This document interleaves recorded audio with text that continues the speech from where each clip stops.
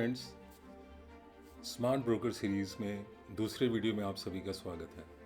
सबसे पहले तो मैं धन्यवाद दूंगा आप सबका जिन्होंने पहले वीडियो को बहुत अच्छा रिस्पांस दिया है।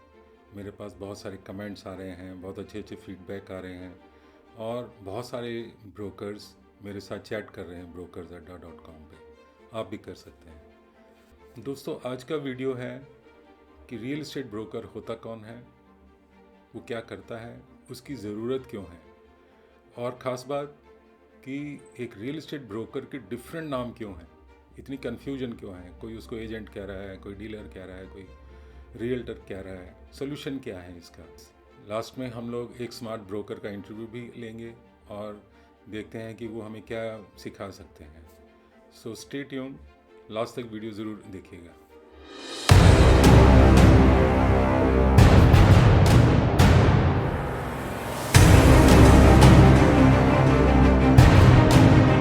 वेलकम बैक फ्रेंड्स, मैं हूं कुमार नरेश। मैं फाउंडर हूं brokersadda.com का।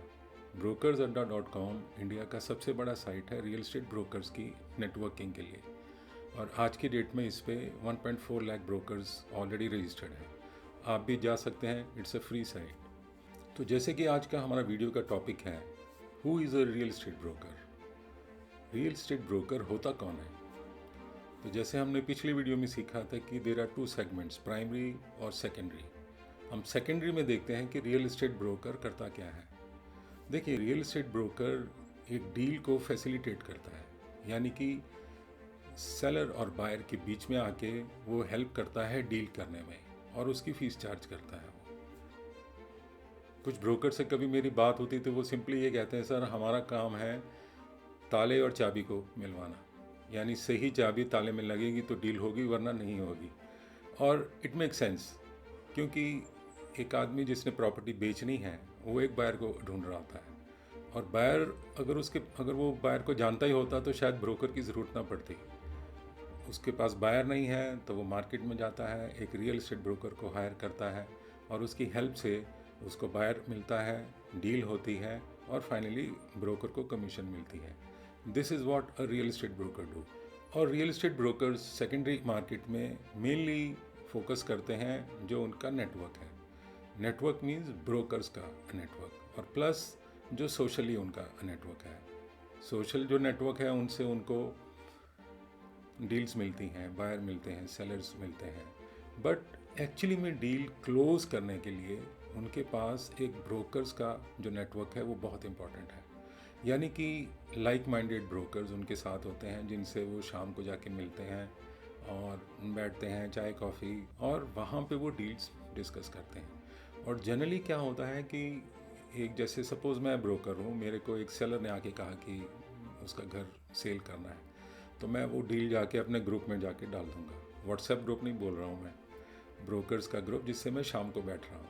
और वहाँ पे किसी के पास, या सबको मालूम हो गया जो नेटवर्क है मेरे ब्रोकर्स का, और उनके पास अगर बायर है तो हम दोनों मिलके वो डील करवा सकते हैं। Generally this is how deals happen. Real estate secondary market में डील्स ऐसे ही होती हैं, और यही ब्रोकर का काम है कि दो पार्टीज़ को मिलवाना और उनकी डील को कंप्लीट करना। अगर ये जैसे सेकेंडरी मार्केट है, अगर हम जो प्राइमरी मार्केट है उसकी बात करें, वहाँ पे ब्रोकर का काम सिर्फ बायर को लाना है। देखिए, सेलर तो बिल्डर है। ये मार्केट पहले नहीं थी तो लेकिन अब ये मार्केट हो गई है और बहुत बड़ी मार्केट है। तो बिल्डर इज़ द सेलर, तो उसको सेलर ढूंढना नहीं है, उसको अब सिर्फ बायर ढूंढना है। और बायर ढूंढने के लिए ब्रोकर के पास नेटवर्क होना चाहिए सोशली, इसका मतलब उसके फ्रेंड सर्कल में जो लोग हैं, और या फिर वो रिलाई करते हैं कैंपेनिंग के ऊपर। वो कैंपेन करेगा, social media campaign, online offline, so that कि उसको लीड्स मिल सकें, जो लोग घर ढूंढ रहे हैं वो उनसे मिल सकें। और फिर उसका काम है कि उस बायर को वो उसकी रिक्वायरमेंट के हिसाब से लेके जाएगा बिल्डर के पास। सवाल उठता है कि एक ब्रोकर की ज़रूरत क्यों है, क्यों नहीं एक सेलर बायर के पास डायरेक्ट जाता है और प्रॉपर्टी बेच लेता है, या बिल्डर डायरेक्ट जाकर और बेच लेता है अपने अपार्टमेंट्स। इतना आसान नहीं है। देखिए, ब्रोकर्स हर जगह पे हैं, इनफैक्ट हर इंडस्ट्री में है। ये सिर्फ रियल एस्टेट इंडस्ट्री की बात नहीं हो रही है, कॉरपोरेट्स में है। बड़े बड़े जो एक्विजिशंस होते हैं, बड़ी बड़ी कंपनीज खरीदी जाती हैं, मर्जर्स होते हैं, वहाँ पे भी ब्रोकरेज कंपनीज इन्वॉल्व हैं। उनको आप रियल एस्टेट में मत गिनो, but they are actually working as a broker. Even जो पॉलिटिक्स है उसमें भी ब्रोकर्स इन्वॉल्व होते हैं। अब मैं उसमें ज़्यादा डिटेल में नहीं जाऊँगा। उनको कहते हैं पावर ब्रोकर्स, जो एक्चुअली में हेल्प करते हैं गवर्नमेंट फॉर्मेशन के अंदर। अब ज़्यादा डीप में मत जाइए, but what I mean to say is कि ब्रोकर्स हर इंडस्ट्री में, अपनी लाइफ में आपको जगह जगह आपको ब्रोकर देखने को मिलते हैं। तो रियल एस्टेट ब्रोकर में भी ब्रोकर बहुत इंपॉर्टेंट है। अब एक्चुअली में ब्रोकर इंपॉर्टेंट क्यों है, क्या करता है वो? जैसे अगर हम सेकेंडरी मार्केट की बात करें तो ब्रोकर क्या करता है, सेलर और बायर की जो ईगो है उसको सेटिस्फाई कर देता है। अब आप कहेंगे कि ईगो का क्या मतलब है? देखिए, सेलर को हमेशा लगता है कि मैं सस्ते में बेच रहा हूँ, हमेशा। उसको कभी भी ऐसा नहीं लगेगा कि मुझे बहुत अच्छा रेट मिल गया है। और बायर को हमेशा ये लगता है कि वो महंगा बेच रहा है।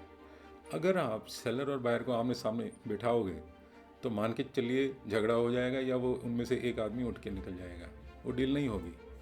ब्रोकर क्या करता है, वो पहली बात तो डायरेक्ट मिलवाता कम है। वो ट्राई करता है कि पहले उनको सेम पेज के ऊपर लेके आए। यानी कि अगर एक आदमी बहुत ज़्यादा एक्सपेक्ट कर रहा है, सेलर अगर, और बायर जो है वो बहुत कम पे खरीदना चाह रहा है, तो वो क्या करेगा, बीच का एक ग्राउंड बनाएगा। ही विल ट्राई कि सेलर को कन्विंस करेगा कि सर ये रेट नहीं है, इस रेट पे बिक सकता है, और बायर को थोड़ा सा उठा देगा। और फिर जब वो बायर और सेलर एक ग्राउंड पे आ जाएंगे तो वो डील आसान हो जाएगी। जो सेकेंडरी मार्केट है उसमें हमें देखने को मिलता है कि सेलर का ब्रोकर अलग होगा, बायर का अलग होगा। यानी कि दोनों साइड के ब्रोकर्स हैं, वो आपस में मिलके और डील को कामयाब करते हैं या डील कंप्लीट करते हैं। इसमें कई बार क्या होता है कि चेन भी हो जाती है। चेन का मीनिंग ये है कि मैं हूँ और मैं सेलर की साइड से हूँ, बट मैंने सेलर से मिला नहीं हूँ, मेरे बीच में एक और ब्रोकर है। और हो सकता है बायर का जो ब्रोकर हो, जिसको मैं जानता हूँ, उसके और बायर के बीच में भी एक और हो ब्रोकर। एक भी हो सकता है, दो भी हो सकते हैं, इसको चेन कहते हैं। तो रियल एस्टेट इंडस्ट्री में मेरा एक्सपीरियंस ये है कि चेन कभी भी कामयाब नहीं होती। यू विल नॉट बिलीव, एक बहुत बड़ी ज़मीन थी, करीब 200 एकड़ की थी, और उस डील में मैं भी इन्वॉल्व था। और एक 5 स्टार होटल में मीटिंग हुई, वहाँ पे 40 ब्रोकर्स खड़े हुए थे। इसका मीनिंग है कि 40 की चेन थी। वो डील कभी नहीं होनी थी। वो जब मैंने देखा तो मुझे मालूम था ये नहीं होगा, और वो हुआ भी नहीं। क्यों नहीं होता है? क्योंकि ब्रोकर्स की जब चेन हो जाएगी तो उसमें कम्युनिकेशन गैप आ जाएगा। तो अगर आपने डील करनी है तो आप मान के चलिए कि एक साइड आपकी तरफ डायरेक्ट होनी ज़रूरी है, या तो सेलर या बायर। अगर इनमें से एक भी डायरेक्ट नहीं है, that deal will never happen. तो सेकेंडरी मार्केट में आपने देखा कि ब्रोकर बहुत इंपॉर्टेंट है। अब अगर सेकेंडरी मार्केट में इंपॉर्टेंट है, तो जो प्राइमरी मार्केट है वहाँ पे भी ब्रोकर की इंपॉर्टेंस क्या है?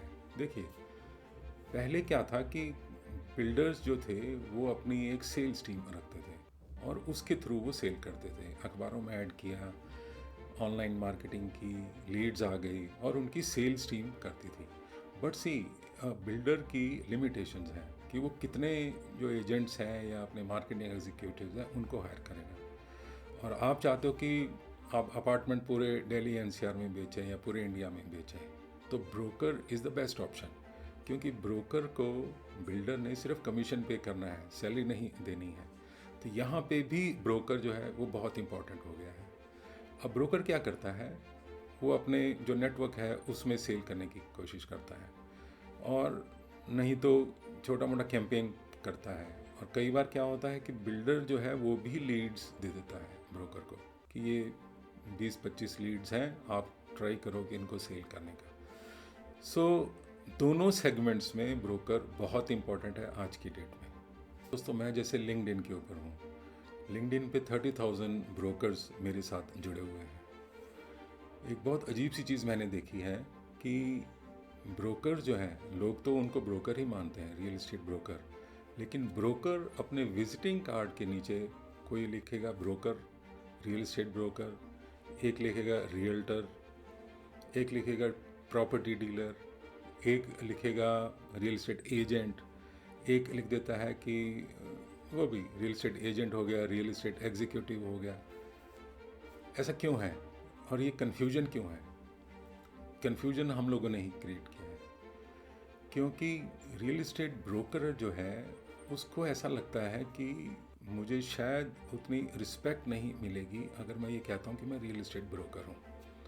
ये बहुत अजीब सी बात है कि एक रियल एस्टेट ब्रोकर को खुद पे ही मतलब शर्म आ रही है अपने आप को ब्रोकर कहने में। देखिए, हम पहले थोड़ा सा डीप में जाते हैं कि ऐसा क्यों है, क्यों एक ब्रोकर अपने आप को ब्रोकर कहलाने में खुश नहीं होता, उसको अच्छा नहीं लगता है। देखिए, रियल एस्टेट इंडस्ट्री की एंट्री करना बहुत आसान है। एक अनपढ़ आदमी भी है जिसने कभी स्कूल भी नहीं अटेंड किया, वो भी रियल एस्टेट ब्रोकर बन सकता है। तो इसका मीनिंग ये है कि इस इंडस्ट्री में आना बहुत आसान है। वो कामयाब कितना होता है, क्या करता है, वो डिफरेंट थिंग, वो अलग बात है। लेकिन रियल एस्टेट इंडस्ट्री के अंदर एंट्री करना बहुत आसान है। एजुकेटेड है, चाहे स्कूल पास है, कोई 8वीं पास है, 12th पास हो गया, ग्रेजुएट हो गया, ग्रेजुएट आजकल हर कोई है, तो रियल एस्टेट इंडस्ट्री में एंट्री करना बहुत आसान है। दूसरा, जैसे ये इंडस्ट्री डेवलप हुई है पिछले 20-30 सालों में, इंडस्ट्री तो पहले से ही है, शुरू से है, लेकिन जैसे जैसे ये इंडस्ट्री आगे बढ़ती गई उसमें अनएजुकेटेड लोग भी थे बहुत सारे, और कहीं ना कहीं पे ब्रोकर्स ने अपनी जो एथिक्स है उसके साथ कॉम्प्रोमाइज़ किया। एथिक्स का मतलब ये है कि जैसे एक बायर और सेलर है, उसके लिए एक माइंड बन जाता है, एक परसेप्शन बन जाती है ब्रोकर की, यार एक तो एजुकेटेड नहीं होगा, प्रोफेशनल नहीं होगा, एथिक्स नहीं होंगे, झूठ बोल देगा, हो सकता है मैनिपुलेशन कर ले। ये पिक्चर ज़्यादातर क्लाइंट्स के माइंड में होती है, और वो परसेप्शन एक दिन में नहीं बनती है, सालों में बनती है, और ये परसेप्शन बनाई है ब्रोकर्स नहीं। तो क्या हो गया कि एक स्टेज ऐसी आ गई कि काफ़ी जो ब्रोकर्स हैं वो कहते हैं सर मैं रियल एस्टेट ब्रोकर हूँ। उन्होंने अपना नाम मतलब व्हाट आई मीन इसकी कैटेगरी चेंज कर ली कि सर मैं रियल्टर हूँ, मैं रियल एस्टेट एजेंट हूँ। मैं एक तो मैं क्लेरिफाई करता हूँ, रियल एस्टेट एजेंट जनरली हम कहते हैं बिल्डर के एम्प्लॉय को। जी हाँ, यूएस के अंदर और डिफरेंट कंट्रीज़ में जो एजेंट होता है जनरली उसको जो बिल्डर्स के साथ में एम्प्लॉयड होता है। कई जगह पे कन्फ्यूजन भी है क्योंकि रियल एस्टेट ब्रोकर एजेंट भी कहलाते हैं, लेकिन जनरली जो बिल्डर एम्प्लॉय करता है स्टाफ, उसको हम एजेंट कह देते हैं। अब आती है बात कि रियल्टर कौन होता है। रियल्टर बिल्डर को भी कहा जाता है। एनीबडी जो रियल एस्टेट इंडस्ट्री से रिलेटेड है उसको रियल्टर बोल देते हैं। तो ब्रोकर रियल्टर नहीं होता है। लोग इसके ऊपर बहस करने को तैयार हो जाएंगे, बट एक्चुअली में मेरा कहने का मीनिंग ये है कि रियल एस्टेट ब्रोकर एक अच्छा नाम है। सिर्फ ये कहने से कि मैं रियल्टर हूँ, मैं एजेंट हूँ, मैं एग्जीक्यूटिव हूँ, आप ब्रोकर ही रहेंगे। सामने वाले आदमी को पता है कि आप ब्रोकर हैं। आप चाहे इंग्लिश में बोल रहे हैं, हिंदी में बोल रहे हैं, तमिल में बोल रहे हैं, कोई भी लैंग्वेज बोल रहे हैं, you are still a broker for your client. तो सिर्फ नाम चेंज करने से कुछ नहीं होगा। ज़्यादा अच्छा है कि आप अपनी रेपुटेशन पे काम करें। उसको कोई फ़र्क नहीं पड़ता है कि आप अपने आप को रियल्टर कहते हो या कुछ कहते हो। ही नोज़ कि ये आदमी ब्रोकरेज कर रहा है और मुझे उसको कमीशन देनी है। सो ये डिफरेंट नाम मत करिए, रखने की ज़रूरत नहीं है। Call your self real estate broker.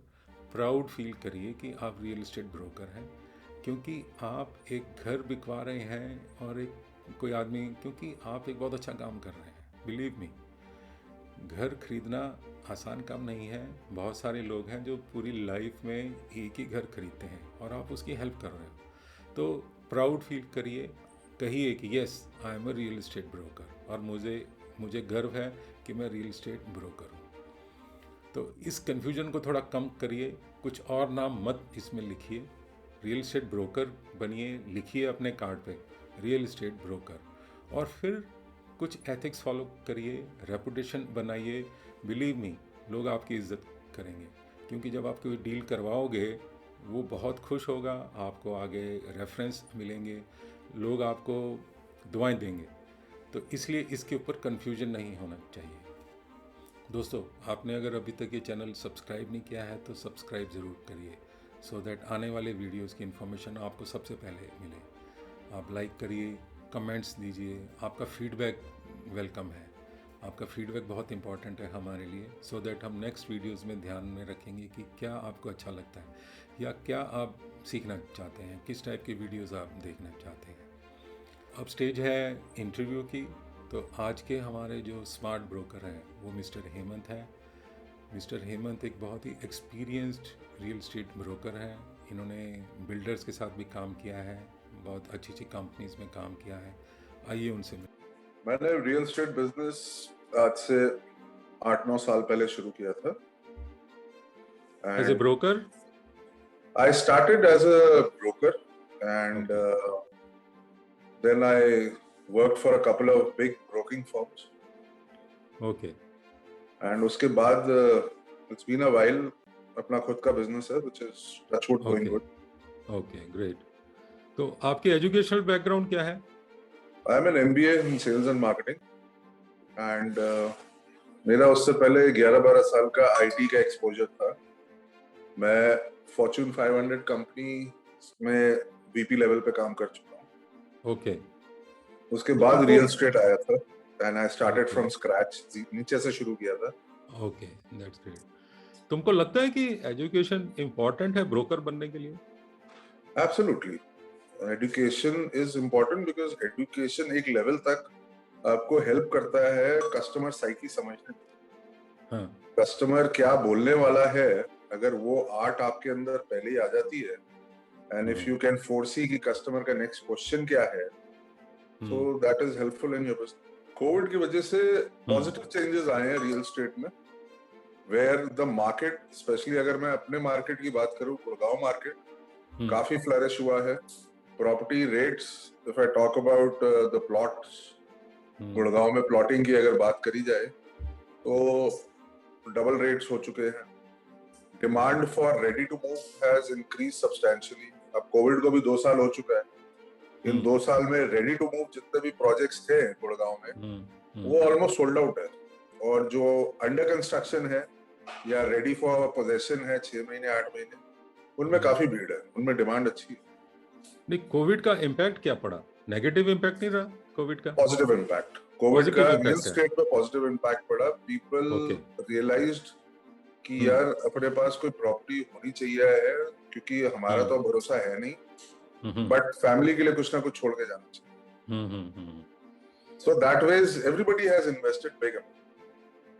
Okay, तुमको लगता है ब्रोकर जो है उसके बिना रियल एस्टेट डील हो सकती है? ब्रोकर के बगैर डील हो सकती है, लेकिन broker is a consultant. Basically it's not a broker. Broker का मतलब is a consultant. And who is a consultant? कि अगर मुझे आज आपकी नफ्स पकड़नी है, आपके पास इतने पैसे हैं, ये बजट है आपका, उस बजट में मुझे आपको आपकी आइडियल प्रॉपर्टी दिलानी है जहाँ पे लग्जरी भी हो, एमिनिटीज भी हो, अच्छी क्वालिटी ऑफ कंस्ट्रक्शन भी हो, लोकेशन भी बढ़िया हो। तो क्लाइंट जब तक ये चीजें समझता है, वो इंडिपेंडेंटली साल सवा साल निकाल देता है और प्रॉपर्टी हाथ से निकल जाती है।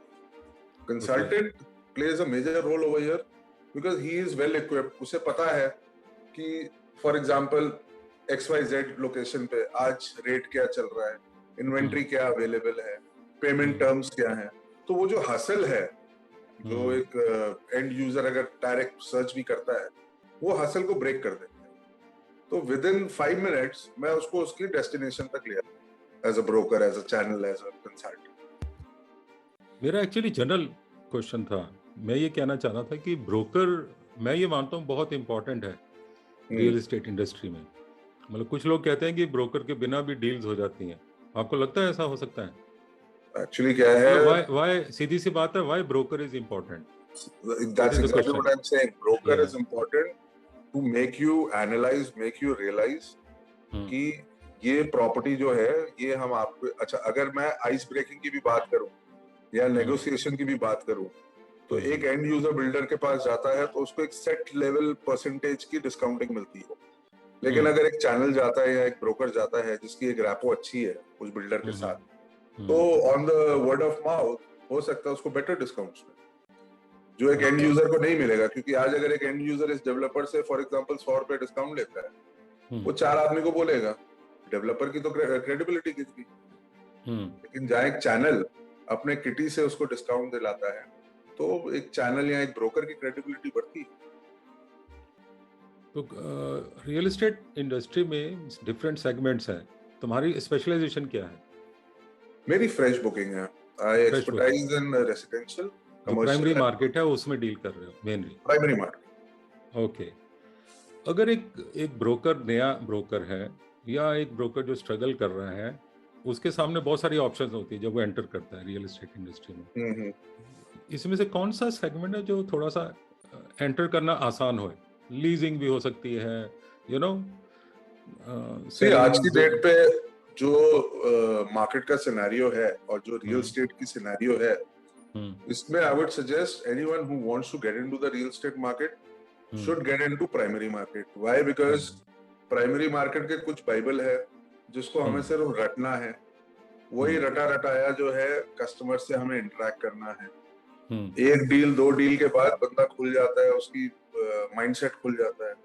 He understands the market more deeply compared to a resale market where it is very tough for a person who's new to the industry.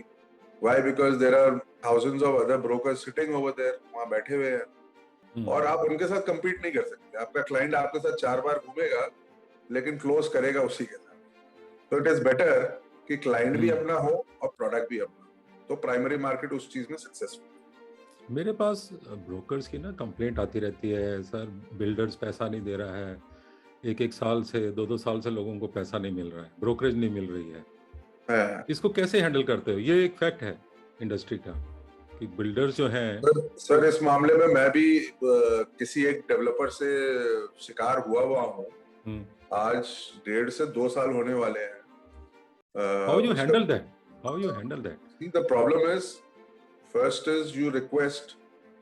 If request is not been adhered to, then the only second step is you go legal. You send them a legal notice. You file a civil suit. जब आप civil suit file करते हैं, अगर तो वो developer थोड़ा सा भी शर्म रखता है, तो he'll try to pay your money. अगर तो वो completely bankrupt है, गया दूसरा डेवलपर है जिसके पास पैसे ही नहीं है, तो वो बोलेगा भाई आपको जो करना है करो, मैं कोर्ट में केस फाइल करूँ। I will fight my case in the court. तो इसका मतलब ये हुआ कि बिल्डर का सिलेक्शन बहुत इंपॉर्टेंट है कि आप किस बिल्डर के साथ काम करते हो। रिनाउंड बिल्डर हो या कोई अगर नया बिल्डर है तो उसकी क्रेडिबिलिटी देखनी है कि अगर उसने ये प्रोजेक्ट शुरू किया है वो लैंड पार्सल जेवी पे है या आउटराइट पे है, और ये जो प्रोजेक्ट कर रहा है ये सेल्फ मेड पे कर रहा है या बैंक से लोन लिया है या इन्वेस्टर्स इन्वॉल्व है इसमें, plus what is your understanding with him on payment terms. तो डिफरेंट, अगर मैं ब्रोकर्स की बात करूं, जो नया ब्रोकर है या स्ट्रगल कर रहा है, सबसे ऊपर अगर 3 पॉइंट्स कहे जाएं जो उसको ध्यान में रखने चाहिए बिजनेस करने के लिए, क्या होंगे? अगर कोई नया ब्रोकर है और वो स्ट्रगल कर रहा है तो वो स्ट्रगल क्यों कर रहा है, पहले तो ये देखना है। अगर he is not able to quantify and qualify the leads, customer identification process is poor, customer recruitment process is poor, what is the source of lead generation, is it ATL, BTL or TTL? So depending कि भाई मैं online पे ही निर्भर हूँ और online से lead आती है तो मैं कॉलिंग करके फिर उसको कन्विंस करता हूँ। सेकेंडली, जो मेजर रीजन है why brokers are struggling is lack of knowledge. तो उनको market lack of knowledge means क्या? लैक ऑफ, जैसे फॉर एग्जांपल मेरे पास एक क्लाइंट आया, वो कहता है कि मेरा 3 करोड़ का बजट है, मुझे 3 BHK चाहिए golf course.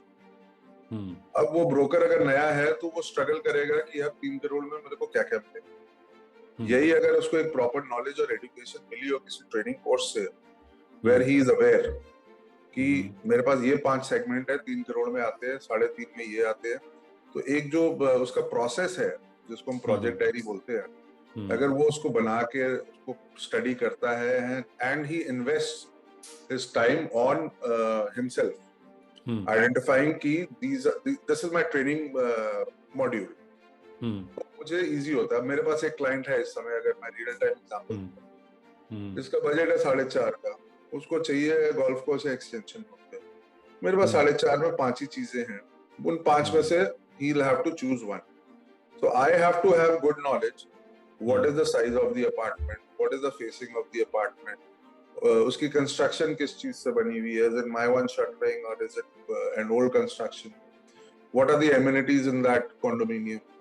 And so on and so forth. तो सारी जनरल नॉलेज जो एक होनी चाहिए, जिसको हम रेकी बोलते हैं या R&D बोलते हैं, रिसर्च एंड डेवलपमेंट, तो ये चीजें एक्सपीरियंस के साथ ही आता है। लेकिन अगर एक नया ब्रोकर है जो स्ट्रगल कर रहा है, तो उसको एक एक्सपीरियंस इंस्टीट्यूशन या एक एक्सपीरियंस बंदे के साथ जुड़ के काम करना चाहिए। तो एक बात निकल के आई कि मतलब एक नया ब्रोकर है, वो मतलब स्टार्ट करे तो कैसे करे? या तो किसी के साथ लग जाए पहले। सर नया ब्रोकर है तो डायरेक्टली फ्रीलांसर काम ना करे, किसी के साथ ही लगना पड़ेगा एटलीस्ट फॉर 6 महीने। अगर कोई नया ब्रोकर है, he will have to work with an experienced person. 6 महीना कॉलिंग कैसे करते हैं, क्लाइंट को आइडेंटिफाई कैसे करते हैं, शॉर्ट लिस्टिंग ऑफ क्लाइंट कैसे करते हैं, साइट विजिट कैसे कराते हैं, पोस्ट साइट विजिट क्लोजर की टेक्निक्स क्या होती हैं, पोस्ट सेल्स CRM का क्या काम होता है, रजिस्ट्री कैसे होती है, what are the legalities which is involved. So basically real estate is involved into 3 segments, pre sales चाहे लीड जनरेशन तक है, फिर सेल्स में क्या क्या कंपोनेंट्स आते हैं, एंड पोस्ट सेल्स यानी कि CRM का काम और लीगल का काम। तो ये बंदा इंडिपेंडेंट होके नहीं सीख सकता। ओके, आप मेनली क्लाइंट्स कैसे लाते हो? मतलब आपकी जनरली मार्केटिंग स्ट्रेटेजी क्या रहती है लीड्स लाने के लिए?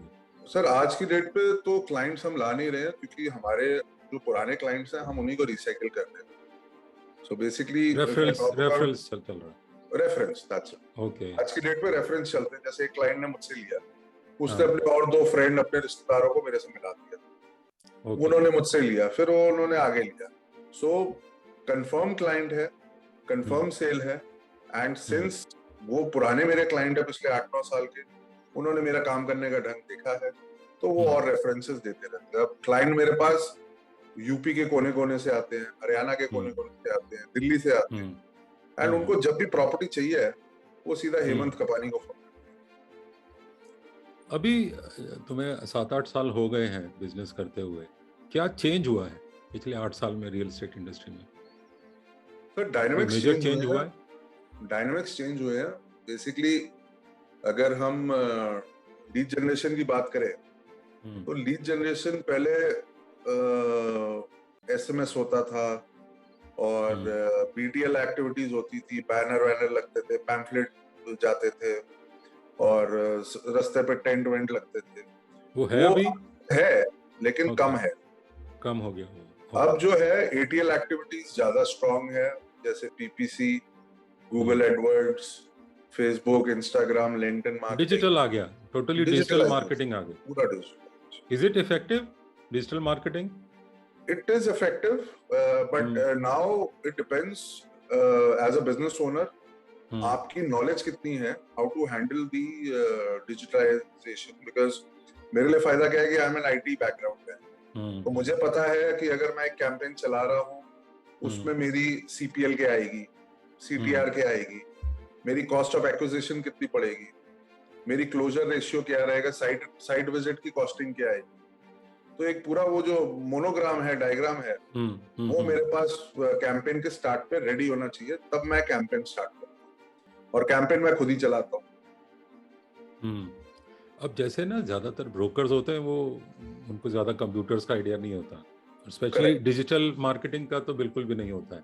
सर इसमें उनको क्या सजेस्ट करते हो? एक वो आपके सवाल में ना एक जवाब भी है। जो ब्रोकर्स थे ना, प्री हिस्टोरिक ब्रोकर्स, वो एक्सटेंट हो चुके हैं, क्योंकि वो जो आज की जो दुनिया है उसको अडॉप्ट नहीं करते हैं, उनका वही वाला पुराना फंडा है। अब अगर उनको ब्रोकर से कंसल्टेंट अगर वो बन सकते हैं, तो दे कैन सर्वाइव। और कंसल्टेंट बनने के लिए they have to have the basic corporate ethics which is very much adopted in the real estate industry right now. So starting from customer orientation to client orientation to people orientation to MIS to reporting structure, ये सब कुछ उनको adopt करना पड़ेगा। और अगर वो नहीं अडॉप्ट करते और वो सिर्फ 5 बजे वाले ब्रोकर है, तो महीने में एक डील हो जाए उनके लिए बहुत बड़ी बात है। तो अभी ये रेरा जब से आया है कुछ फर्क पड़ा है इंडस्ट्री में? सर रेरा के आने से इज इट मतलब इम्प्लीमेंटेशन ठीक हुआ है रेरा का? मैं ब्रोकर के पॉइंट ऑफ व्यू से बात कर रहा हूँ, मैं ब्रोकर के पॉइंट ऑफ व्यू से बात कर रहा हूँ। पहले जो डेवलपर्स थे जो फ्लॉ कर रहे थे और जो डिलीवर नहीं कर रहे थे, अब उन्होंने 2017 पे अपना लाइसेंसेस और अपने आप को रेरा पे रजिस्टर किया है। सो एज अ रिजल्ट जिन लोगों को इन डेवलपर्स पे फेथ नहीं था, now it's more like you know ISO वाला जो थप्पा आता है, इट इज ISO सर्टिफाइड। वो ठीक है, वो एंड यूजर के लिए ठीक है। ब्रोकर के लिए क्या है इसमें रेरा में? कुछ फायदा हुआ है ब्रोकर को? Because if for example I am a RERA certified broker और मेरा एक बिल्डर है जो पैसा नहीं दे रहा है, in this case I can also apply to RERA office.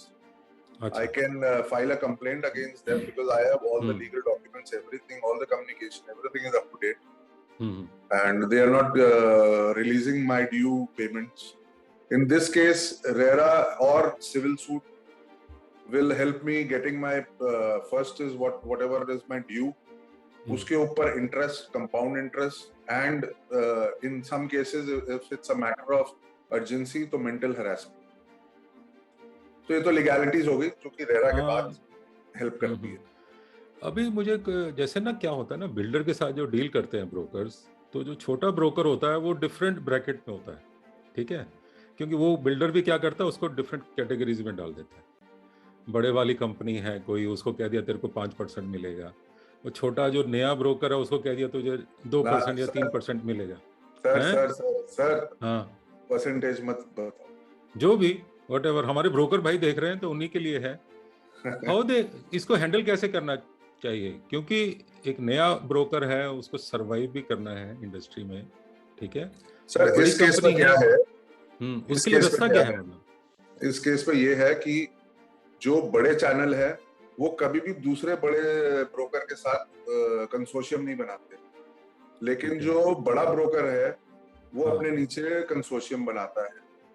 तो जब कंसोर्शियम बनता है, फॉर एग्जांपल अब जैसे आपने कहा 5%, मैं फॉर एग्जांपल एक XYZ डेवलपर के पास 5% पे, ठीक है, मेरे साथ अगर जैसे आज की डेट पे 12-13 ब्रोकर्स है जो चैनल जुड़ के काम करते हैं, ठीक है, अगर वो डायरेक्टली जाते हैं उसी बिल्डर के पास तो उसको 3% मिलता है, लेकिन सिंस वो मेरे साथ जुड़े हुए हैं तो डे 1 से मैं उनको 5% देता हूँ। अब इसमें क्या होता है कि AOP होता है, एनुअल ऑपरेटिंग प्रोसीड्यूर, तो उस AOP के में आपको साल में इतने करोड़ का धंधा देना ही देना।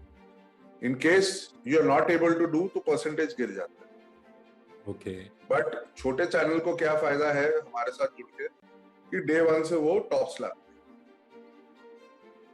इसका आपका कहने का मतलब है कि नया ब्रोकर पहले किसी और ब्रोकरेज कंपनी के साथ जुड़ जाए हैं और उसके साथ जुड़े नहीं, कंसोर्शियम बनाए।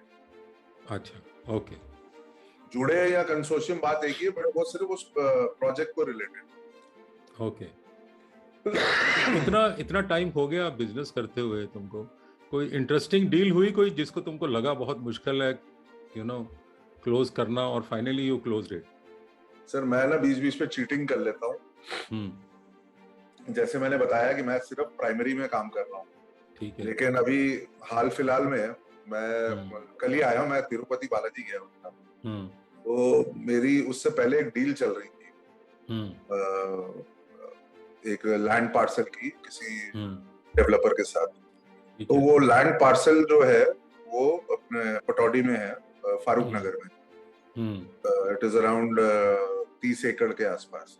तो आई वाज नॉट क्लियर कि ये डील होगी भी कि नहीं होगी, बट अब वो लैंड पार्सल जो है वो वहां से मुझे क्लीन चिट मिल गया डेवलपर से कि we are interested and we want to go ahead with the land parcel.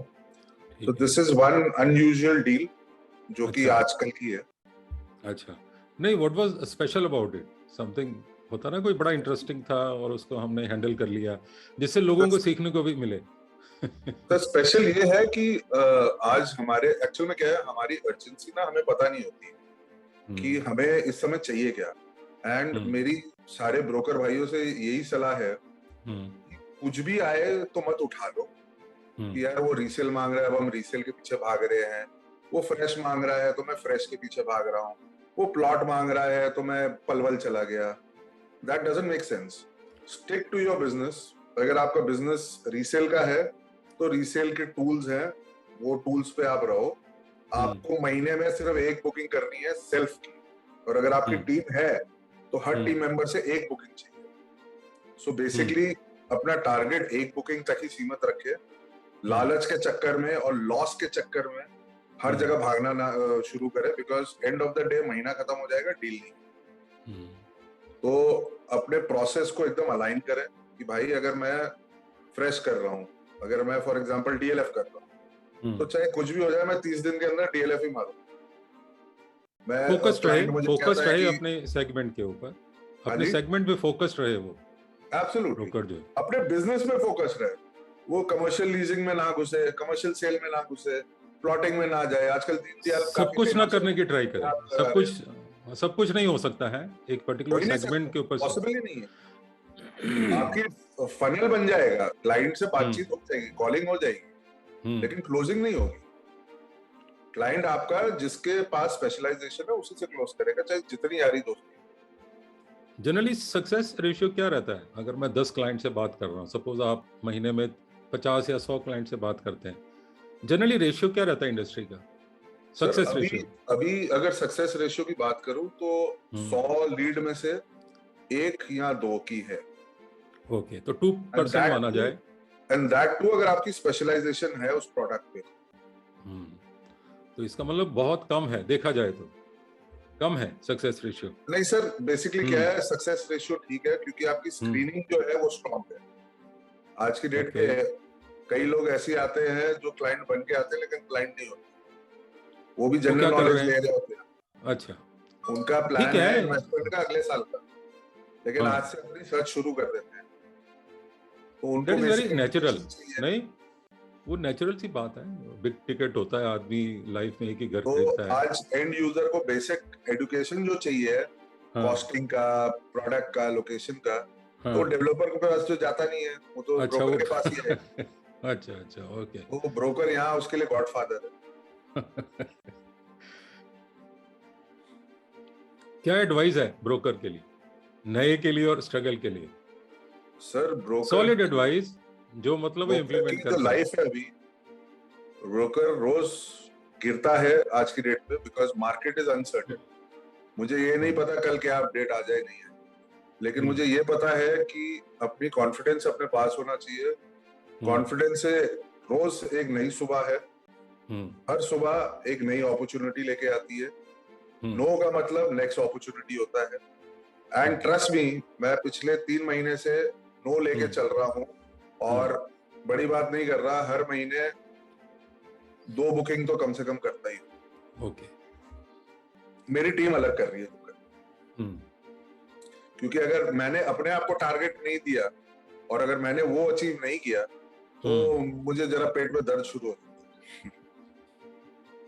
तुमको लगता है कि ऑफिस जरूरी है रियल एस्टेट ब्रोकर के लिए, काम सर शुरू ऑफिस करने के लिए? जरूरी है सर। हम एक्चुअल में क्या है, we are selling a product which is worth crores. आप किसी का पैसा लगवा रहे हो तो आपकी भी क्रेडेंशियल्स होनी चाहिए, रेरा सर्टिफिकेट होना चाहिए, ऑफिस होना चाहिए, ट्रेनिंग कोर्सेज किए होने चाहिए। अब अगर मैं अपनी बात करूं, मैंने रेडको भी किया हुआ है, NIRM भी किया हुआ है, रेप्टा भी किया हुआ है।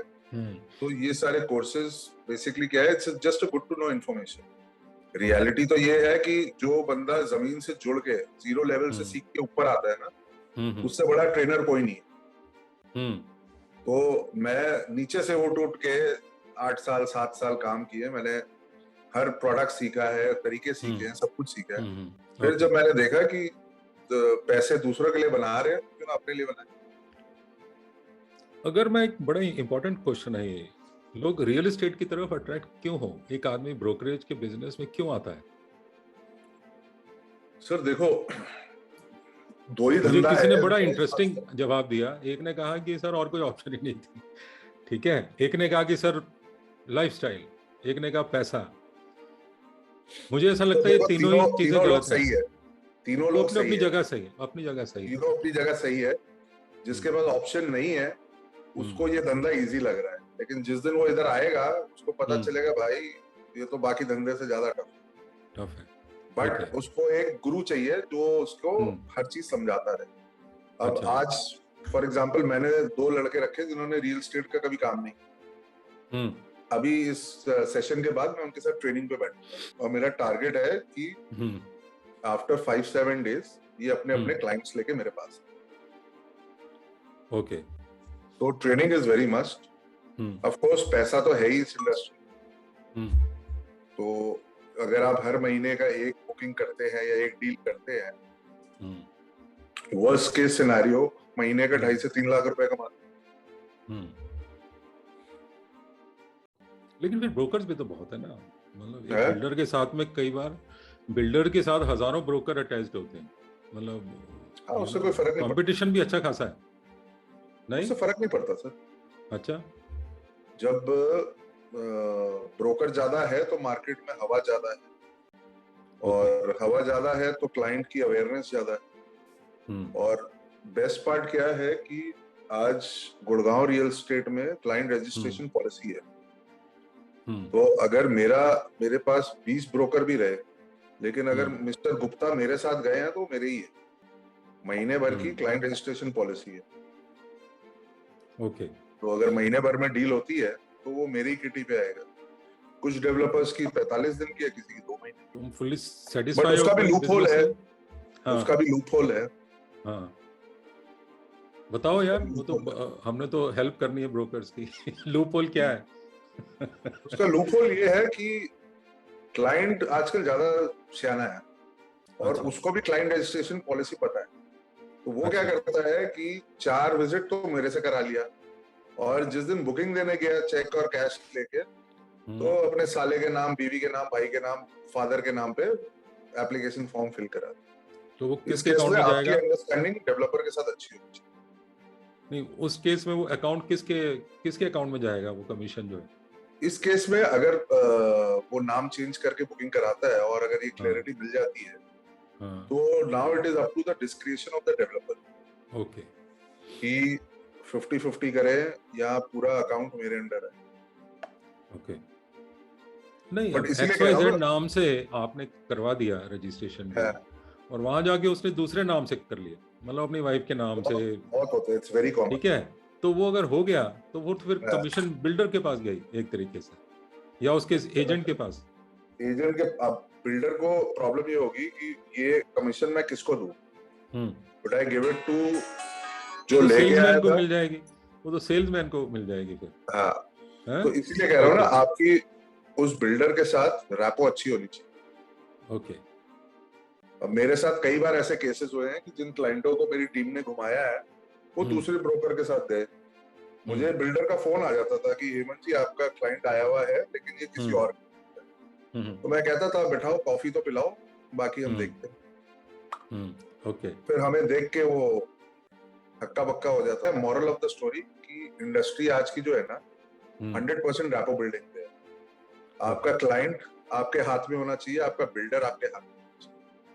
अगर क्लाइंट हाथ में नहीं है तो भी प्रॉब्लम है, और अगर बिल्डर हाथ में नहीं है तो भी आपको। आज पैन इंडिया में नंबर 1 आता है गुड़गांव मार्केट। गुड़गांव के बाद मुंबई मार्केट आती है, फिर बैंगलोर वगैरह आता है। गुड़गांव का एक ही फंडा है, demand is high, supply is adequate compared to other markets NCR के, जहां supply is low and where demand is low, supply is 5 गुना। तो इसलिए वहां कन्वर्जन नहीं होता। जो भी हमारे मार्केट में आना चाह रहा है इंडस्ट्री में, रियल एस्टेट में, कि भाई आओ, 100% आओ, पूजा करके आओ, और पैसे कैसे कमाए जाते हैं वो हम बताते हैं आपको, बट आपका 100% होना चाहिए। ओके। वेरी नाइस हेमंत, बहुत अच्छा लगा बात करके तुमसे। Thank you sir. Let's hope आप खूब बिजनेस करो, बहुत अच्छा बिजनेस करो, खूब तरक्की करो। Thanks for your cooperation Hemant.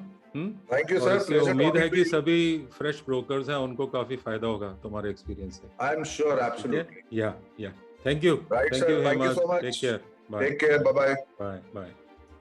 दोस्तों ये थे मिस्टर हेमंत। मुझे उम्मीद है कि आपको इनके एक्सपीरियंस से बहुत कुछ सीखने को मिलने वाला है। तो दोस्तों जैसा कि मैंने आपको पिछले वीडियो में भी कहा था, आप डायरेक्ट मेरे साथ कम्युनिकेट कर सकते हैं।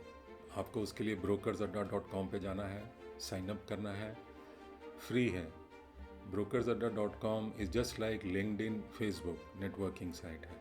आप वहाँ जाइए, आप जैसे ही साइन अप करेंगे आपका पहला फ्रेंड जो है वो मैं ही हूँ उस पर। आप मेरे साथ चैट कर सकते हैं और मैं ट्राई करूँगा आपके सभी क्वेश्चंस के जवाब देने का। आप किसी भी तरह का इशू हो रियल एस्टेट इंडस्ट्री से रिलेटेड, आप उसके बारे में मुझसे बात कर सकते हैं। ब्रोकर्स अड्डा पे और बहुत कुछ है। जब आप साइट पे जाएंगे, साइन अप कर लेंगे तो आपको काफ़ी कुछ देखने को मिलने वाला है। लिस्टिंग्स हैं, आप दूसरे फ्रेंड्स बना सकते हैं, पूरे इंडिया में आप ब्रोकर्स के साथ कनेक्ट कर सकते हैं। दोस्तों उम्मीद है आज का वीडियो आपको अच्छा लगा होगा, कुछ सीखने को मिला होगा।